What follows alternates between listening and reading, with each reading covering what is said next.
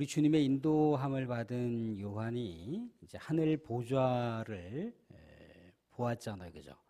하늘 보좌에 하나님의 부름받은 먼저 앞서간 믿음의 선조들, 믿음의 선진들이 우리 하나님 보좌 옆에서 하나님을 경배하고 예배드리고 찬송하는 광경을 봤습니다. 또한 거기에는 하나님의 성도들만 있는 게 아니라 천군 천사들도 하나님 보좌 옆에 같이 나란히 앉아서 마치 천국의 페스티벌 축제를 열듯이 그렇게 화기애애하고 기쁨과 행복이 넘치는 예배와 경배의 광경을 보았더라는 거예요. 그러니까 뭔가 이 세상 살아가는 삶이 끝이 아니고 믿음의 백성들이 우리 하나님의 부르심을 받으면 저렇게 천상에서 우리 하나님과 더불어 또 천군 천사들과 더불어서 정말 행복한 천상의 삶을 계속해서 영속적으로 진행하는 것이구나라고 하는 것을 사도 요한이 깨닫게 되는 거죠. 그러니까 이 세상에서의 삶을 조금 더 이렇게 정비할 수가 있는 거죠. 믿음이 뭔가 부족함이 있을 때, 또 믿음에 있어서 하나님 앞에 순결한 모습을 보이지 못했을 때, 내가 믿음을 우리 하나님 바라보실 때 온전한 모습으로다가 정신 차리고 잘 추스려야 되겠다라고 하는 신앙의 경각심을 가질 수가 있더라는 거예요. 또한 그런 하늘의 세계를 세상 가운데 믿음의 지조를 지키려고 이런저런 고투를 벌이고 있는 많은 신앙인들에게 말씀으로 또한 이야기해 줄 것 아니겠습니까? 그리고 천상에서 하나님의 보좌를 본 다음에 무엇을 보았느냐면 오늘 5장 1절 보시면 이런 얘기를 볼 수가 있습니다. 내가 보매 보좌에 앉으신 이의 오른손에 두루마리가 있으니 안팎으로 썼고 7인으로 봉하였더라. 이 두루마리가 뭔가요? 두루마리가 한복 두루마리인가요? 한복은 두루마기죠. 두루마기. 이 두루마리라고 하는 건 말 그대로다가 둘둘둘 말려져 있는 종이 형태의 문서를 얘기합니다. 우리 조선시대에 이렇게 사극 같은 데 보면 상소문 같은 것들을 이렇게 두루두루 헝겊에 말려갖고 상소문을 올리잖아요. 그죠? 그런 형태의 문서를 이야기하는 거예요. 근데 먼저 번에도 이야기했듯이 요한계시록을 아주 쉽게 풀 수 있는 비결을 말씀드렸죠. 그죠? 요한계시록을 쉽게 풀 수 있는 비결은 구약 성경을 많이 알고 있으면 상당히 많은 부분이 다 풀려집니다. 왜 그러냐면 이 사도 요한이 구약에 있는 선지서라든가 모세오경에 표현하고 있는 내용들을 많이 인용했기 때문에 그 내용들을 이 내용과 연결해서 보면 쉽게 풀려진다는 거예요.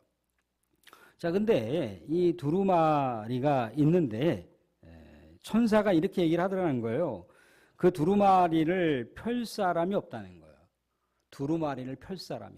왜냐하면 두루마리는 마치 이렇게 편지에 우리가 풀 붙여 딱 붙이듯이 이 두루마리를 누구나 다 쉽게 이렇게 펼치지 못하도록 거기다가 이렇게 납땜이라든가 뭔가 이렇게 풀 같은 형태의 이렇게 뭔가를 발라놨기 때문에 쉽게 그것을 열 수가 없어요.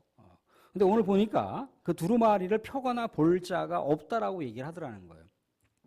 3절에 보면 하늘 위에나 땅 위에나 땅 아래 능히 그 두루마리를 펴거나 볼 자가 없더라. 그랬더니 뭐라고 지금 요한이 반응을 보이고 있느냐면 4절 하반절 보시면 내가 크게 울었다. 내가 크게 울었다는 거. 대성통곡했다는 얘기입니다. 근데 이 울었다라고 하는 것도 미완료형으로 써 있어요. 그러니까 미완료형이라고 하면 뭐냐면 계속해서 울었다는 얘기예요. 계속해서 한참을 울었다는 얘기입니다. 도대체 두루마리가 뭐길래 두루마리가 도대체 어떤 내용이 기록되어 있기에 이렇게 사도 요한이 대성통곡을 하며 한참 동안 그렇게 정말 가슴을 움켜쥐며 통회하는 그 이유가 무엇일까? 이 두루마리라고 하는 것을요, 우리가 구약성경 에스겔서라든가 이사야서라든가 다니엘서를 보게 되면 이 두루마리가 뭐라고 기록이 되어 있냐면 재앙과 애국과 애가의 말이 기록되어 있다는 거예요. 다니엘서를 보게 되면은 큰 환란이 있을 것인데 환란을 겪는 자들 중에 구원을 받는 자가 있을 것이고 또한 구원을 받지 못하고 수치와 부끄러움을 당할 자들이 있다는 거예요. 그러니까 이 이야기는 뭐냐면 이 두루마리는 뭐가 담겨 있다는 거예요? 하나님의 심판이 담겨 있다는 거예요. 하나님의 구원이 담겨 있는 거예요. 하나님의 섭리의 계획서가 이 두루마리 가운데 담겨 있는 거예요. 자, 사도 요한이 살고 있었던 그 시대는 어떤 시대인가요? 고난과 박해의 시대예요. 믿음을 지키기 굉장히 힘든 시대라는 거예요. 수많은 공격과 수많은 유혹이 믿음의 사람들 앞에 놓여져 있기 때문에 언제든지 선택에 따라서 믿음을 포기할 수도 있고 또 선택에 따라서 믿음을 선택하고 정말 엄청난 고난과 핍박 가운데 놓일 수도 있다는 거예요. 근데 이것에 대한 판별의 기준점이 있어야 되는 거잖아요. 그죠? 뭔가 믿음의 사람들이 선택한 길이 옳았다라고 하는 것. 그리고 믿음의 사람들 중에 너무나 고난과 박해가 심하니까 믿음을 그냥 포기하고 타협의 길을 걸었거나 아니면 하나님을 거부하는 길을 선택한 것이 틀렸다라고 하는 것을 증명해 줄 수가 있어야 되는데 그 증명에 대한 내용이 이 두루마리 책 가운데 담겨 있는 거예요. 그러니까 이 두루마리 책을 펼쳐서 믿음을 정말 절개 있게 지킨 사람들의 그 숭고한 의지, 순교자적인 사명을 붙들고 살아갔던 삶의 그 신실함이 옳았다라고 하는 것을 계속해서 진행시켜 줘야 될 그 존재가 있어야 되는데 그런 자가 없다는 거예요. 하나님의 구원의 마스터 플랜이 이 안에 담겨 있어요. 이것을 보게 됐을 때 사람은 다시 한번 믿음의 사람들은 힘을 얻을 수가 있는 것이고 또한 이 세상 가운데 악과 또 이 땅 가운데 사탄의 역사가 틀렸다라고 하는 것을 알려주는 것이 이 두루마리 책인데 그것을 진행할 그런 존재가 없다라고 했기 때문에 지금 사도 요한이 엉엉 울고 있는 거예요. 왜 그러십니까? 악의 역사가 언제 끝날지 모르잖아요. 그죠? 사탄의 역사가 언제 끝날지 모른다는 거예요. 그러면 아무리 믿음이 좋은 사람이라 할지라도 고난의 끝이 보이지 않으면 흔들흔들 걸릴 수밖에 없어요. 뭔가 세상에 종말의 역사가 끝이 있다라고 하는 그런 신뢰와 믿음이 있게 됐을 때 고난을 의미 있게 감당할 수가 있더라는 거예요. 사실 그 주기철 목사님이라고 하는 분이 몇 차례 감옥에 투옥이 되시고 몇 차례 고문을 당하셨잖아요. 그죠? 그가 첫 번째 고문은 잘 견뎠습니다.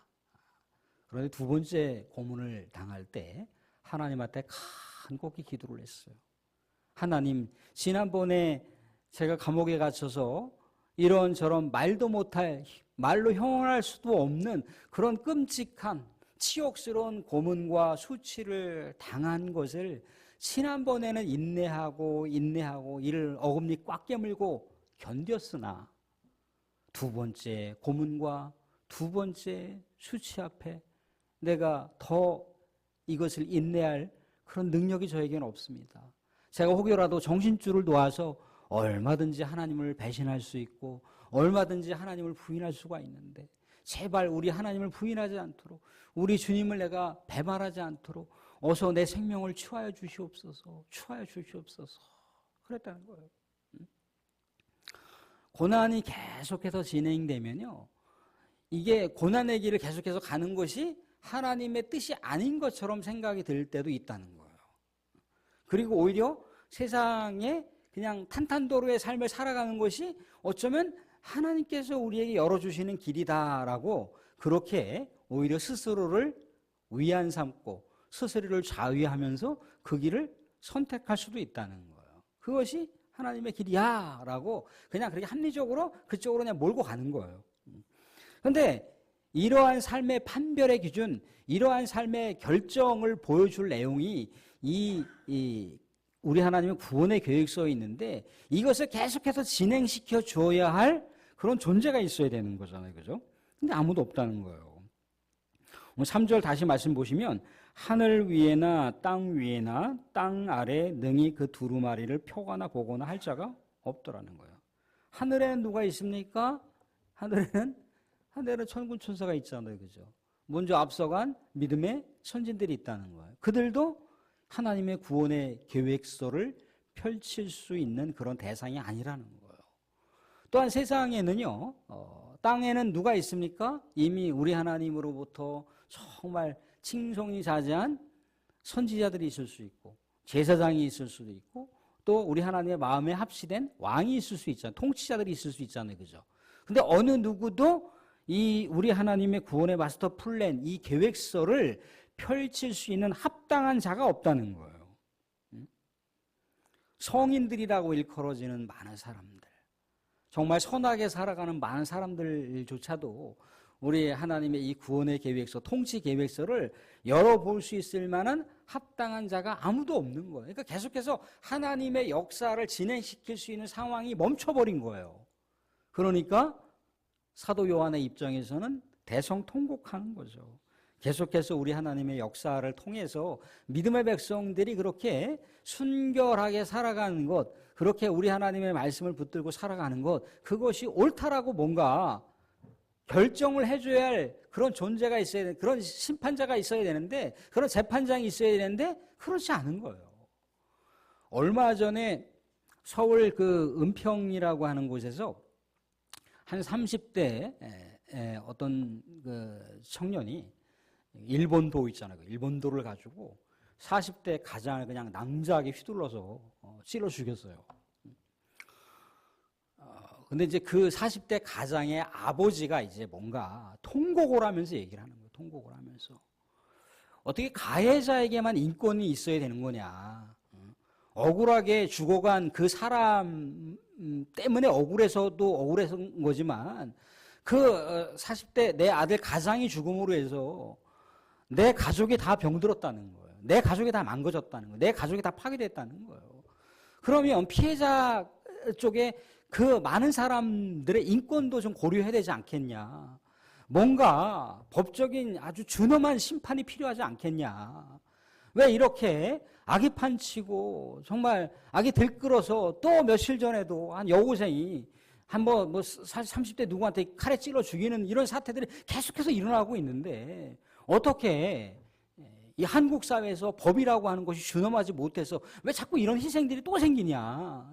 억울함에 대해서 막 비통하면서 막 이렇게 토로하는 인터뷰 장면을 제가 본 적이 있어요. 뭔가 법이 이렇게 뭔가 공의를 주장한다라고 하지만 피해를 입은 사람들을 충분하게 뭔가 이렇게 품어줘야 되는 거잖아요. 그죠? 그런데 그 사람은 다시 몇 년형을 살고 나오면은 다시 뻗어지 사회생활을 할 수가 있잖아요. 그죠? 그러면 버젓이 다시 10년 후에 15년 후에 다시 나와서 출소해서 일상생활을 한다라고 하는 것을 그 피해자 가족이 안다고 했을 때 그건 또 다른 상처고 또 다른 고통이잖아요. 그죠? 그 뭔가 준엄한 재판장의 준엄한 어떤 법정에서 뭔가 판결이 이루어져야 된다라고 하는 그런 강력한 요구를 거기다가 시사해주고 있었더라는 거예요. 사도 요한도 마찬가지라는 거죠. 하나님의 백성들이 죽어가고 있다는 거예요. 하나님의 영혼들이 파괴되고 있다는 거예요. 근데 하나님의 영혼들이 정말 그 진실을 향해서 가고 있다라고 하는 것을 누군가가 판결을 해줘야 되는데 그 판결해줄 존재가 없는 거예요. 그러니까 억울하고 비통해서 엉엉 울고 있는 거예요. 사랑하는 성도들, 세상은요 정말 무시무시한 세상이고 있잖아요. 지금 전쟁을 보세요. 전쟁이 일어나면은 여러분들 그냥 뉴스의 단면만 보게 돼요. 뉴스의 단면만. 뉴스의 단면만 보게 되면 그게 뉴스의 단면이 사상이거든요. 그게 이데올로기예요. 거기다 치우치는 거예요. 아, 이스라엘이 갖다 폭격을 했으니까 그 잘한 짓이야. 이렇게 얘기할 수가 있다는 거예요. 아니, 수많은 영혼들이 죽어가고 있는데. 그렇게 논리에 사로잡힌다고요. 조선일보만 보는 사람들은 조선일보 쪽으로 생각이 기우는 것이고 한겨레 일보만 보는 사람은 한겨레 일보 쪽으로 생각이 치우치는 거 그렇잖아요. 근데 우리 기독교인들은 믿음의 백성들은요 한쪽으로 너무 사상과 이데올로기에 치우치거나 집착하면 안 돼요. 영혼 구원의 모습으로 봐야죠. 엄청나게 지금 이 기후 문제 때문에 이 기후 문제를 해결할 길이 없어요. 환경오염 문제를 해결할 길이 없다는 거예요. 그런데 버젓이 엄청난 대기업들은요 환경오염하고 아무 상관없어요. 자신들의 생산성을 높이기 위해서요, 환경을 막 파괴해버려요. 인간의 욕망과 이욕이 나온 게 뭐예요? 그게 실험 시스템의 바이러스 아니에요. 꼭 그렇게 이렇게 치환해서 모든 것이 그렇다라고 얘기할 수 있는 것은 아니지만 상당한 내용들이 인간의 욕망이 그 안에 가속화되었기 때문에 나타나는 현상들이 무지무지하게 많이 나타난다는 거예요. 그럼 이런 상황 속에서 우리가 어떻게 할 도리가 없잖아요. 그죠? 하나님 바라보면서 뭔가 우리 믿음의 사람들은, 이 기독교인들은 어떻게 이 상황을 정말 인권이라고 하는 차원에서, 이 상황을 어떻게 하면 영혼구원이라고 하는 차원에서, 하나님의 뜻의 차원에서 어떻게 접근할 것인가, 그렇게 고뇌하고 또 인간의 한계성 속에서도 하나님을 바라보면서 하나님께 기도를 해야 되는 거잖아요. 그죠?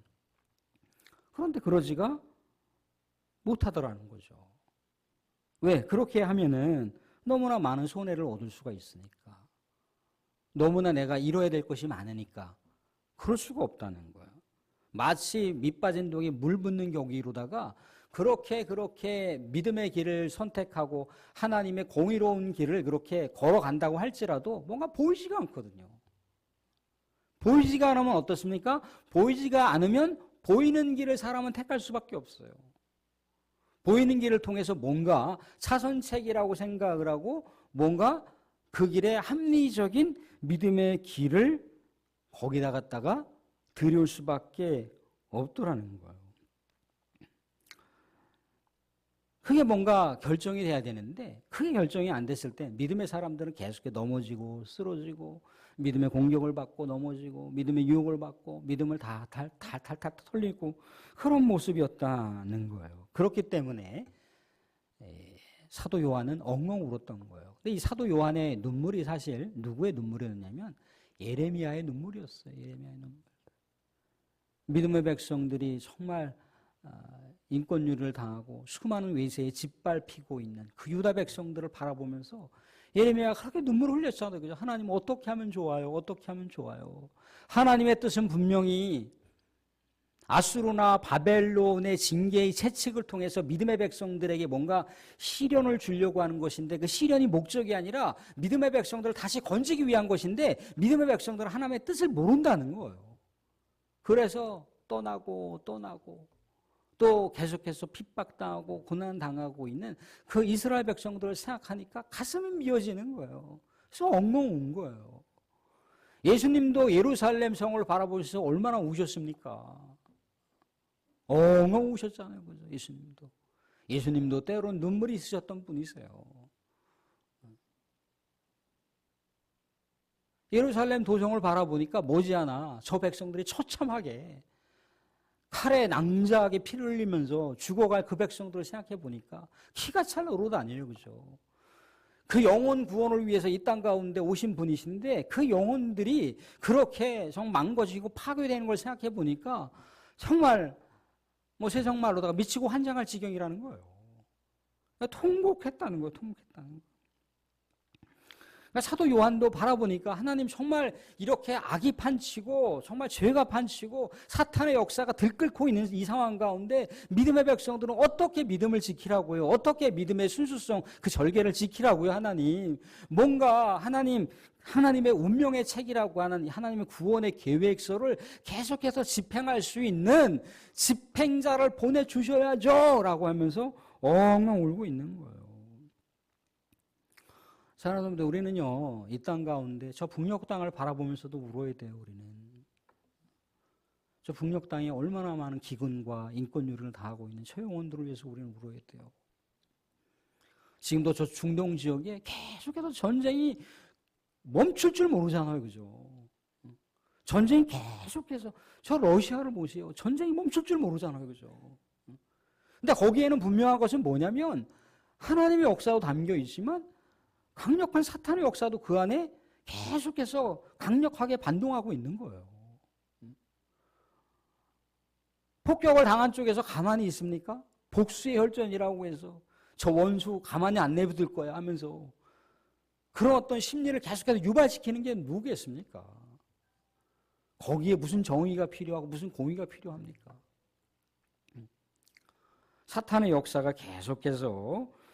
이 지상의 세계를 장악하고 다스리는 거죠. 그죠?